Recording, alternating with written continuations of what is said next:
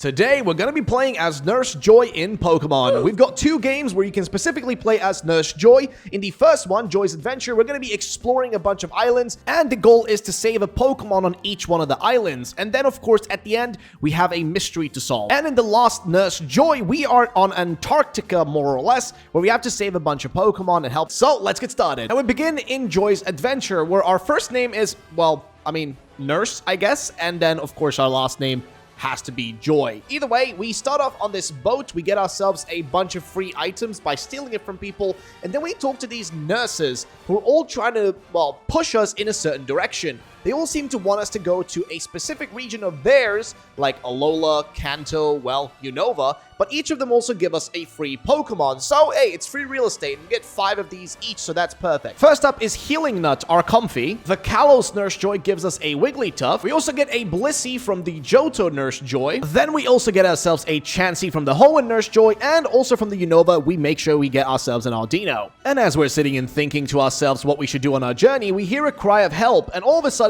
we fall into the water. And as we wake up, we are on a small island with what seems to be a Magikarp next to us. The Magikarp seems injured, so we make sure to try to help it out. We seem to need to heal it somehow. So we look around and we find ourselves some Oran Berries. Now, Oran Berries can heal for about 10 HP, so that's exactly what we give to the Magikarp.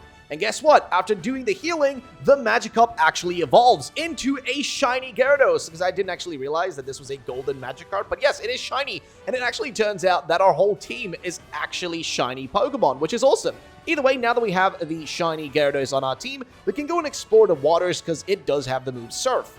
We run into a Tentacool that we easily dispatch using Healing Nut and Magical Leaf, and after about 3 or 4 hits, we get the W. On our way down south, we find a random item on the island, and it turns out to be Razor Claw. Then we make it to the East Sea, and the Orange Archipelago is specifically where we are playing. Now, it seems like a storm is brewing in this area, which is very strange. Then we also run into what seems to be a Pikachu, and it makes sense with the storm being here, and storms in general in this area, that there would be some electric types around, but yeah, this guy is floating casually. Then we do some extra surfing and look around the island in case we could find some further things, and also run into what seems to be an Electrike. And we also find ourselves loads of cherry berries, which will come in handy in case we find a Pokemon with paralysis, which also makes sense with these islands because there is a storm brewing, so a lot of Pokemon could have been paralyzed. Which, we gotta go and save. So, we get onto our trusted Gyarados and make our way up to the most northern tip where we find a little Starly. And guess what? It seems like it's been paralyzed, so we give it the Cherry Berry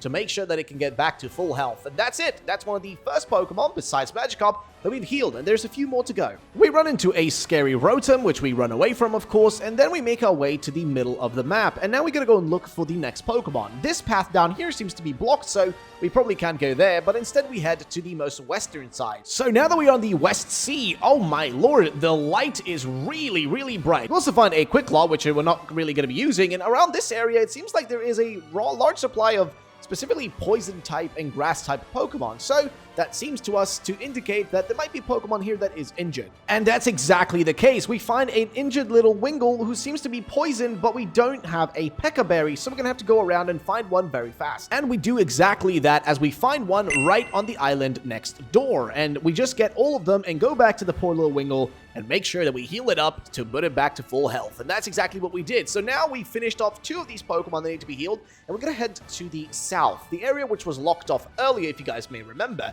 And as we're going down here, it seems like a snowstorm is brewing. And it makes sense as there are Asperberries around here. We'll be needing these if we find a Pokemon that's been stuck in the freezing cold. So we do exactly that. We look around, we battle a Sneasel or 2, and then we find a Pidgeot that has seemingly been frozen. So we use the Asperberry to make sure that we save this little fellow out of the little sticky situation it's in. After doing this, we head up north and we get a voice that tells us that we seem to be a good person that seems to actually care and look after Pokemon. So they tell us to head up north where they are located, and that's exactly what we do. On our way up though, we find a location that seems to actually have a lot of berries in it and a place for us to heal up and take a little nap. So that's exactly what we do. We heal ourselves up, we look around a little bit, and run into some very high level Pokemon along the way, which are honestly pretty freaking dangerous. But either way, after doing all of this, we find a cave.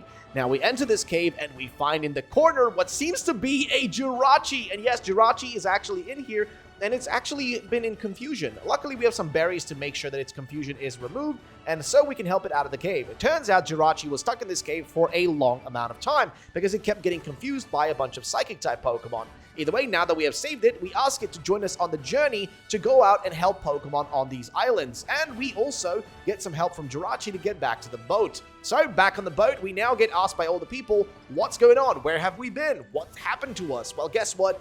We are totally fine. We talk to all the nurses and we tell them that our plan is to become a traveling nurse in the Orange Islands instead of going to a specific region. And ladies and gentlemen, that is where we finished the first journey. That is the first game, Pokemon Joy's Adventure, I guess. And yeah, now we're going to be taking on the last Nurse Joy, which is a bit of a more dark game. But let's get started. So, we learned that there is a machine called the Revive, which is specifically the machine that's used to heal all the Pokemon, like you see right here, where Red is getting his stuff healed. But it turns out this machine didn't always exist, and when it was invented, it did revolutionize the healing process. However, there is still one area in the world that never got one, and it turns out that we are the last Nurse Joy.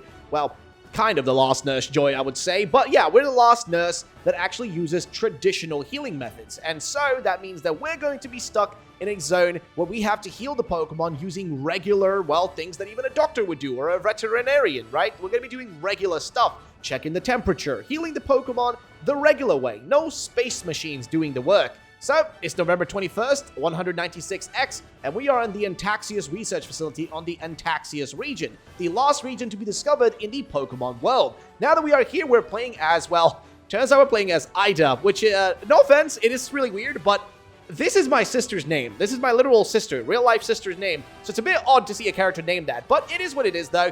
We are now going to be doing some healing. There is some ruckus outside, and it turns out that there is a person coming in who needs help with an injured Pokemon. It's Dr. Golightly, who has a Skitty whose tail seems to have been ruined, which is unfortunate. So, now we gotta do our job, and we gotta begin right away. We have to figure out what is wrong with Skitty, what happened. So, we talk to Golightly, who tells us what happened when the injury actually occurred, which turns out a giant ice block seems to have fallen on this poor little thing's tail. So, now that we know that, we head inside of the lab where we have loads of stuff. We have an examining table, we have a literal, x-ray machine, which is really crazy. We have a bunch of books about the anatomy of Pokemon, and loads of other stuff that we can use to see and figure out and help the Pokemon with. So, we do exactly that. We check the tail of the Skitty. We see that there is some injury on there. We also pet this little fellow. And then we realize that, yeah, it looks like it has been really, really, really damaged. So, we gotta figure out what to do about it, as it seems like the skin around it has been broken. So, we make sure to use the X-ray machine, which is really cool because when you use it, it literally gives you a straight-up X-ray scan, which shows the skeleton of the Skitty. Even the animation for this is pretty freaking sick. So yeah, this is what it would look like, and it pretty much shows us one thing, which is that, yeah, there has been a fracture in the literal bone of the Skitty tail, which is really unfortunate and also kind of sad to be honest. Also find a load of stuff that we can use to check, well, I guess the output of energy from certain Pokemon, even a toxin test strip, which we don't really need, as well as a bunch of other items and also painkillers. So we make sure to take the painkillers and give those to Skitty to make sure that its actual, pain does go down a bit, because it probably isn't a lot of pain at the moment. So that's exactly what we do. So after checking its tail, we do check some of the books, and we realize that if we poke the tail, there is no reaction. I mean, we end up poking it many times, like a ridiculous amount of times, 28 times to be more exact, and this thing doesn't actually react. And also, it keeps licking its wound, so we gotta give it the Cone of Shame. And you guys know the Cone of Shame. But after doing that and also checking it out, I actually wanted to amputate its tail, but I couldn't do it for whatever reason. So I just decided it is what it is. I'm going to give it back to the doctor,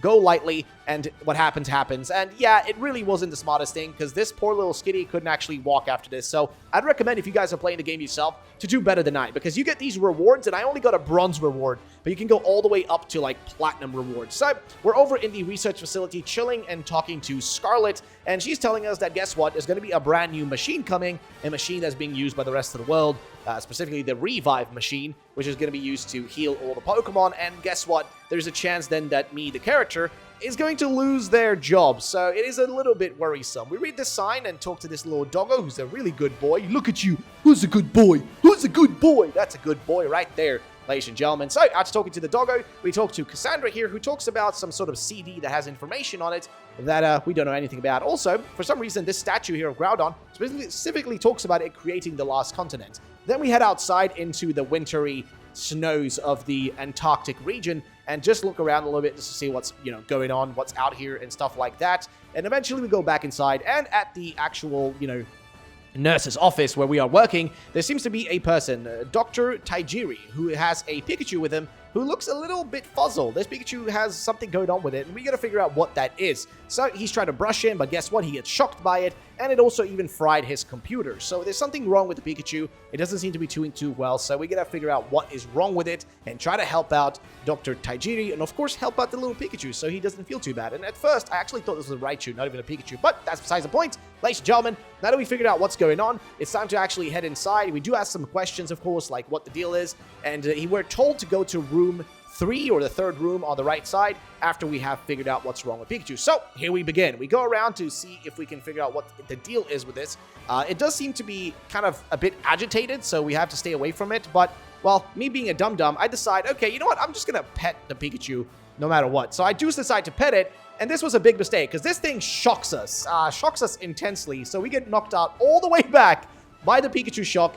And yeah, it does probably hurt a bit, so yeah, we should have expected that to happen. And of course, we should get ourselves gloves when touching a electric beast of a Pokemon. Now we sit and watch it to see what's happening, and we notice that it is sneezing. So yes, it is sneezing, which means it might have a cold and or the flu. So we check out the book, and it says that the common cold, well, it can happen to a few different Pokemon, and it can last about generally a week or so. And some of the actual things are, joint pain, headache, coughing, green phlegm, and stuff like that, and high fever. But there are a few other things as well. It could be the flu, or it could be one of these other freaking diseases, hypocellusia, which is also one that is a little bit more crazy. But I do think the flu seems like the most likely one, because that one also does have the fact that, you'll have the sniffles and stuff like that. But nonetheless, we then get ourselves the rubber gloves, because now we can actually pet the Pikachu without dealing with, the outcome of what might happen if we do not touch it properly. But yeah, so once we've got the gloves, we do go check through some stuff, and it seems like our character could have had a different life, definitely a different journey, so to say. But it is what it is, ladies and gentlemen. We continue on, though, and look around to see if we can find any way to actually help this poor little Pokemon out. But it doesn't seem like we have the best of options, to be frankly honest. So we go pet it now that we have the gloves on, because now we actually can touch it. And there we go. It seems like it's pretty happy. But yeah, we're kind of deciding that it's going to have the cold. That seems like the most logical thing we can go for. So yeah, we just decide that that is the thing that it has instead of the flu. And now, of course, we got to make sure that we go over and tell the man what we think. So yeah, we decide, okay, you know what? It's between the cold and the flu. So let's go for it. So yeah, once we made our decision, it's now time to take the Pikachu with us, and of course go and take it to its owner, who's going to, well, decide on what they're going to do with it. Also, one of the things about this game in particular is that it's all about the story, right? Versus the previous game where it's about battling and trying to save the Pokemon, out in the open world. This one has you more in this singular location. This singular location where you got to do things, help Pokemon out, and stuff like that. Either way, we found Dr. Tajiri's room, and now, ladies and gentlemen, it's time to give him the Pokemon back and tell them what the deal is. So we tell him that the Pikachu is just a little fluffed up, so yeah, it's not the end of the world. He's got to take it for some rest and let it just chill a bit. But it turns out that this guy doesn't want to listen. Instead of letting it rest, he decides, to take the Pikachu with him to the telescope and to, I think, the server room. But either way, at the end of this, we end up getting a, well, bronze star only, because I think I did a bad job again. I think I should have chosen the flu instead. Because, yeah, it turns out that the Pikachu ended up blowing up the server room, and that's not really the best thing that could be happening right now. So, yeah, we talked to Dr. Aristokrov, who basically tells us that, yeah, it's not your fault. Why would you take a sick Pikachu to a server room which has a bunch of, electric stuff in it? Yeah, just not the smartest moves in the world, but nonetheless, this just tells us that, yeah, not all the mistakes made in this game are going to be because of us. Some of them will be by other characters, and we'll just be there along the way. So, meanwhile, these guys seem to be playing some sort of weird version of chess, it looks like to me, but nonetheless, after talking to them, it's time to go back to our room. It's time to get some bloody rest, ladies and gentlemen. And yeah, it also turns out that there is some talks about our character being sent back to the mainland, away from this region, so that we're not going to be working here anymore. Then we also get some help from Larvesta, who actually straight up heats up our bed, and we also let our little Chansey sleep, and then it's time to get some, well-deserved rest in, and that's exactly what we do. But while we are sleeping, we dream about specifically being a champion in some sort of region, and kind of just knocking out a bunch of kids, which is really strange, I'm not gonna lie, but it's beside the freaking point. In the middle of our street, something happens. We hear a noise, and something is happening in the room right next to us. It turns out that Scarlet, one of the characters that we talked about earlier, that we talked to earlier, who actually wants us to leave the freaking facility, who wants us to go back to the mainland, well, their zweilous is not doing too well, so we gotta help out and figure out what's wrong with the zweilous. It seems to be having some form of hypothermia, so it's definitely like freezing and not doing too well. So we gotta find a way to help it, find a way to, figure out what is wrong with it, and also we're told that we have some sort of advanced blanket back at the actual nursery, or not the nursery, but the actual, I guess I want to say the Pokemon Center, but it's not even really a Pokemon Center. It's like a little hospital. Either way, the clinic. So, back at the clinic, we are now trying to figure out what's going on. We also talked to Scarlet and tell, just kind of question, why are you saying to people that we're going to be leaving? I want to understand what's the deal here, what's going on?